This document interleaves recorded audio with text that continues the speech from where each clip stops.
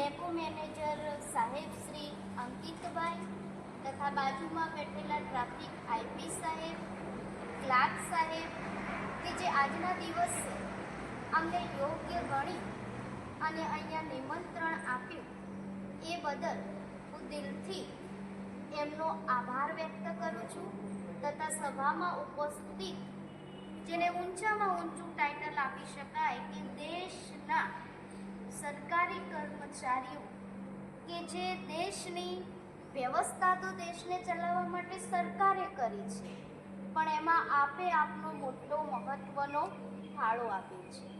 તો જે સરકાર આપણા માટે આયા દિન ભારત દેશ જે આઝાદ દેશ અને જે 1950ની અંદર આઝાદ થયો, આઝાદ દેશ સદા આબાદ રહે એ માટેના અવિરત પ્રયત્નો કરતો રહે છે. તો આપણે બધા જ શું છીએ? ભારત દેશના નાગરિક. ચાહે આધ્યાત્મિક રીતે સમજો કે પછી ચાહે તમે જે સરકારી ગવર્મેન્ટ કર્મચારીઓ કે જે સરકારના કાર્યની અંદર સહયોગી છો, એ દરેક વ્યક્તિઓ આપણે શું કહેવાઈએ છીએ? દેશના નાગરિક કહેવાઈએ છીએ. હે ને? આપણે ભારત દેશના શું છીએ? નાગરિક. અને એ ભારત દેશના નાગરિક હોવાના નાતે જે સરકાર દ્વારા મળતા લાભો છે એ બધા જ લાભો આપણે શું કરીએ છીએ? લઈએ છીએ કે નથી લેતા?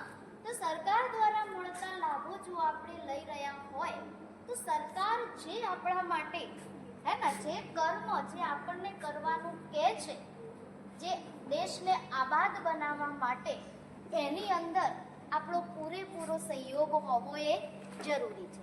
હવે સરકારે સડક સુરક્ષા પ્રોજેક્ટો તો, અને એવું નથી કે તમે સરકાર જે સડક સુરક્ષાની અંદર જે ડેપોની અંદર કે ડ્રાઈવર તરીકે કે કંડક્ટર તરીકે કે જે મિકેનિકલ તરીકે જે પણ કાર્યરત છો, તમારી ડ્યુટી તમારી ફરજ જે તમે બજાવી રહ્યા છો એ એકલા જ લોકોનું આની અંદર સહયોગ એવું નથી.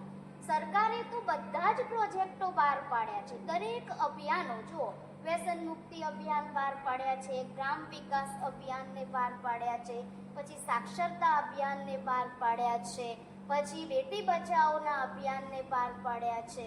એવા તો કેટલાય અભિયાનો સરકારે દરેક કર્મચારીઓને એમાં સહયોગ આપવા માટે શું કર્યા છે? બહાર પાડે. તો દેશને જો આબાદ બનાવવો છે તો આ દરેક વ્યક્તિઓનો દેશના નાગરિક તરીકે એમાં સહયોગ હોવો એ ખૂબ જરૂરી છે. જેમ આજે આપણે સડક સુરક્ષા અંગે જોઈએ કે ભાઈ અકસ્માત, તો પહેલા તો આપણે એ વસ્તુને સમજીએ હે ને કે પોતાની સેફટીની અંદર તમે આ બધી મહેનત અને મજૂરી પહેલા એક વસ્તુ સમજાવો મને કે કેમ કરો છો? પરિવારને માટે હે ને? તમને તમારા પરિવારથી એટલો સ્નેહ છે, પ્યાર છે. તમે કોઈના ભાઈ છો, કોઈના પતિ છો, કોઈના દીકરા છો, કોઈના બાપ છો, દરેક સંબંધોની સાથે તમે જોડાયેલા છો. તમે જે પણ કરો છો એ પરિવાર અંગે કરો છો, અને તમે જે ગાડી કે બસ કે જે પણ વાહન ચલાવો છો એની અંદર તમારા મનના નિયંત્રણ વગર તમે સાધન ચલાવો અને કંઈક અકસ્માત થઈ જાય, દુર્ઘટના બની જાય, તો તમે તમારા પરિવાર માટે સાવધાન નથી. એ જ મતલબ થયો ને. આમ આપણે એના માટે બધું કરી છૂટવા તૈયાર હોઈએ, અને જો પોતે જ પોતાની જાતને નહીં સાચવો, પોતાની જાતને સાચવશો ને ત્યાં બધું જ સચવાઈ જાય છે. પણ પોતાની જાતને નહીં સાચવો એટલે દુર્ઘટનાઓ તો બનવાની, અને પાછળવાળા પણ આપણી પાછળ શું થવાના? દુઃખી થવાના. તો એ વસ્તુને તમે પહેલું ધ્યાનમાં લઈ લો. મહાન વિભૂતિઓ થઈ ગઈ કે ગાંધી બાપુ છે, જવાહરલાલ નહેરુ છે, હે ને, કે જે સરદાર વલ્લભભાઈ છે, એ લોકોએ પોતાની કુરબાની આપી છે, પોતાના લોહી રેડ્યા છે. એમને ઘણો બધો દેશને આઝાદ કરવા માટે ત્યાગ કર્યો છે. પણ અત્યારનો જે સમય ચાલી રહ્યો છે, ગાંધી બાપુનું સ્વપ્ન હતું આ દુનિયાને રામ રાજ્ય બનાવવાનું.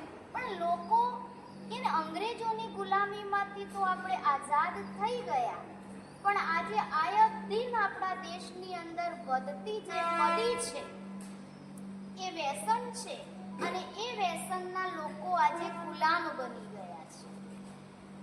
ગયા છે ને. અને એ વ્યસનના જે ગુલામ બન્યા છે એને લઈને એ વ્યક્તિઓની ભાવનાત્મક શક્તિઓ, રચનાત્મક શક્તિઓ, સર્જનાત્મક શક્તિઓ નષ્ટ પામી છે.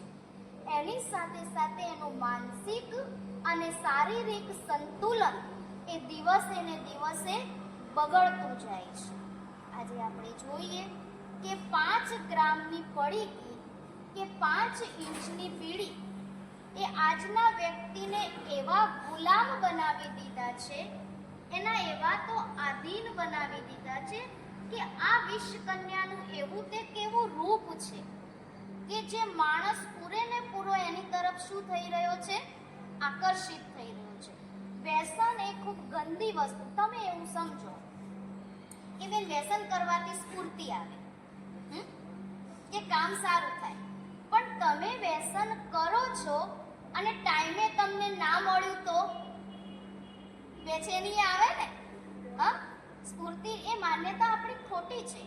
બીજું આપણે સમજીએ કે અકસ્માત થવાના કારણો ઘણા બધા છે. એક તો વ્યસન એ મોટું પરિબળ છે એની અંદર. એની સાથે સાથે તમે જુઓ કે ઘરની અંદર જે કહેવાય ને કે આર્થિક ભીંસ હોય, પારિવારિક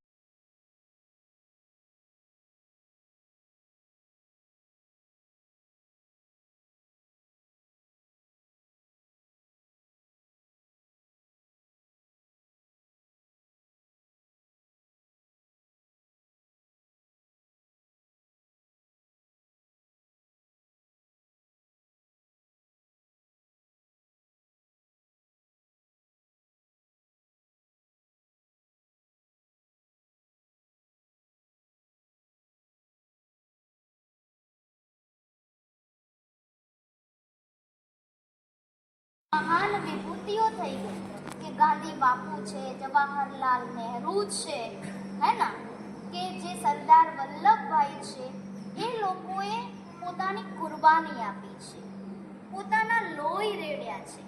એમને ઘણો બધો દેશને આઝાદ કરવા માટે ત્યાગ કર્યો છે. પણ અત્યારનો જે સમય ચાલી રહ્યો છે, ગાંધી બાપુનું સ્વપ્ન હતું આ દુનિયાને રામ રાજ્ય બનાવવાનું.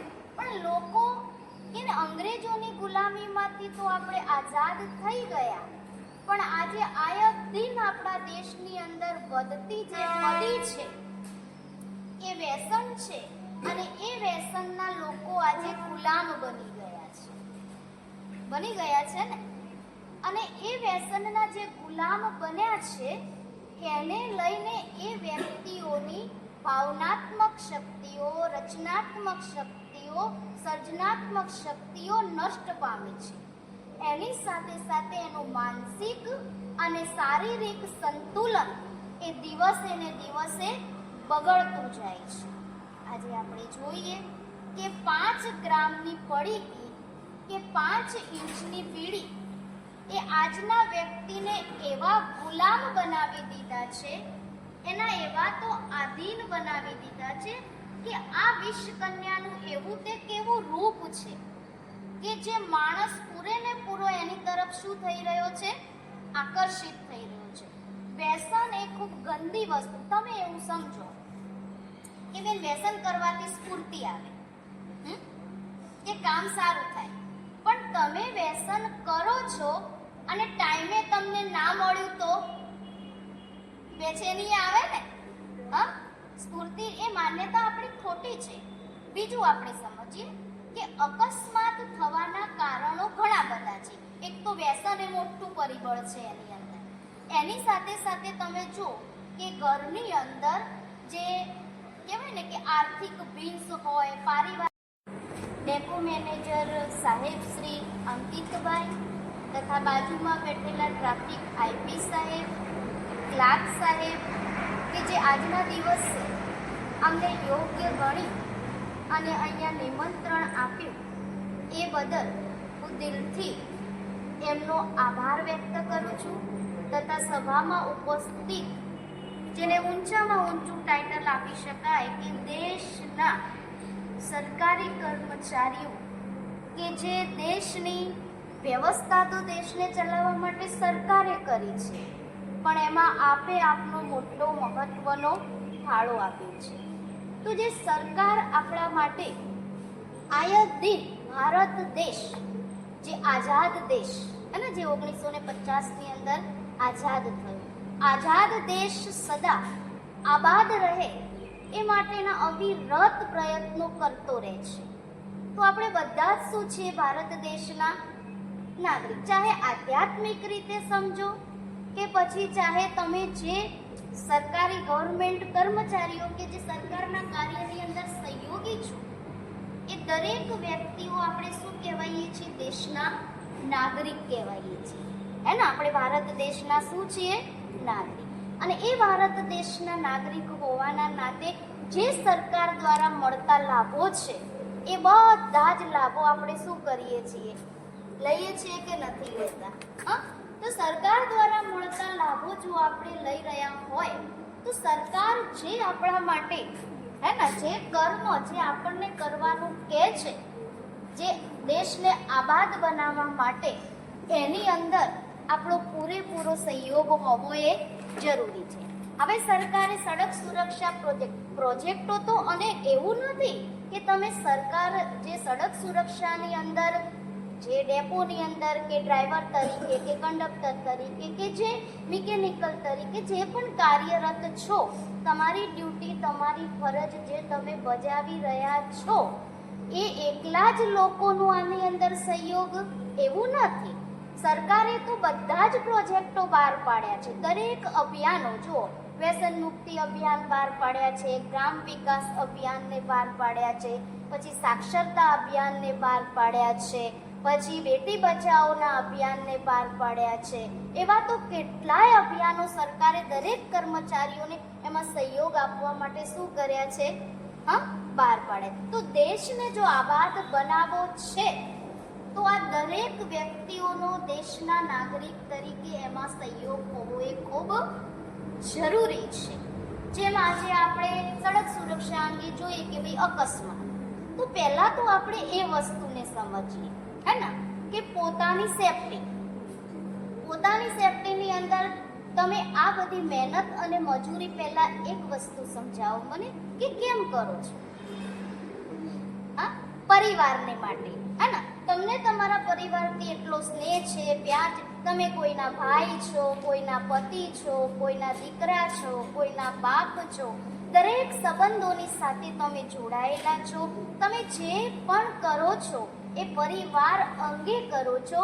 અને તમે જે ગાડી કે બસ કે જે પણ વાહન ચલાવો છો એની અંદર તમારા મનના નિયંત્રણ વગર તમે સાધન ચલાવો અને કંઈક અકસ્માત થઈ જાય, દુર્ઘટના બની જાય, તો તમે તમારા પરિવાર માટે